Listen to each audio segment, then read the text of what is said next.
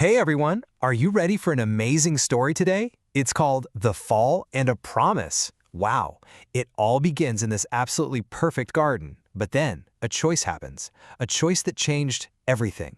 Let's jump right in. Okay, let me ask you something. Have you ever made a choice and then right after you wished you could just take it back? You know, like when you knew what was right, but you did the other thing anyway. Oof, it doesn't feel very good, does it? Well, we've all been there. And guess what? Our story today is about the very first time that ever happened. All right, let's start at the beginning. Picture this, a perfect garden with a really important choice. So God made this perfect world for the first two people, Adam and Eve, and it was just beautiful. The best part? They got to talk with God every single day. I mean, can you even imagine that? Walking and talking with God just like you would with your best friend? How cool is that? Okay, so in this huge, amazing garden, God had just one rule. Just one. He said, "See that special tree over there? Please don't eat from it." You might be wondering, why have a rule at all? Well, it's because God wanted Adam and Eve to choose to love him. See, real love isn't something you can force. It's always a choice. Okay, so here's where things get a little tricky. Let's talk about the very first wrong choice. So one day, this sneaky serpent shows up and starts talking to Eve. Now, this wasn't just a regular snake. He started telling lies about God, trying to twist things around and make God sound, well, not so good.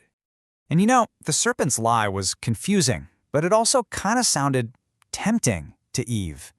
So she had a choice to make, and she chose to believe that lie. She took the fruit, and she ate it. And then she gave some to Adam. And what do you think happened? Adam had a choice to make too. He knew God's rule, he knew what was right, but he also chose to eat it.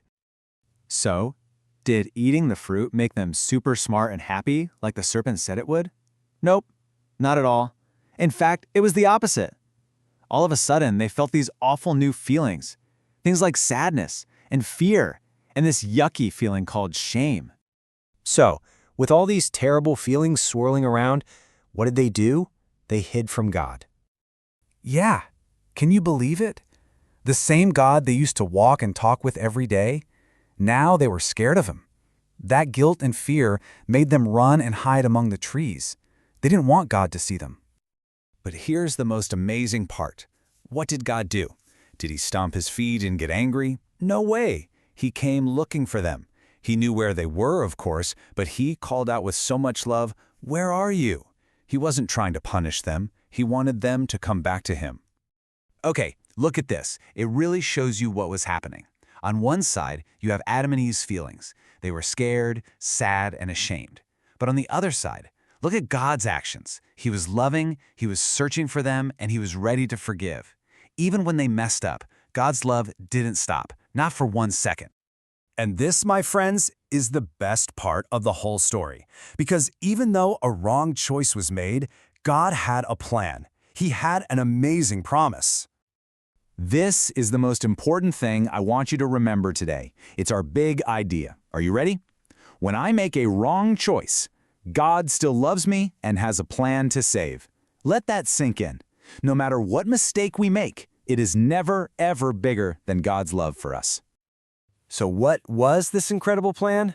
Well, God promised that one day he would send his very own son, Jesus.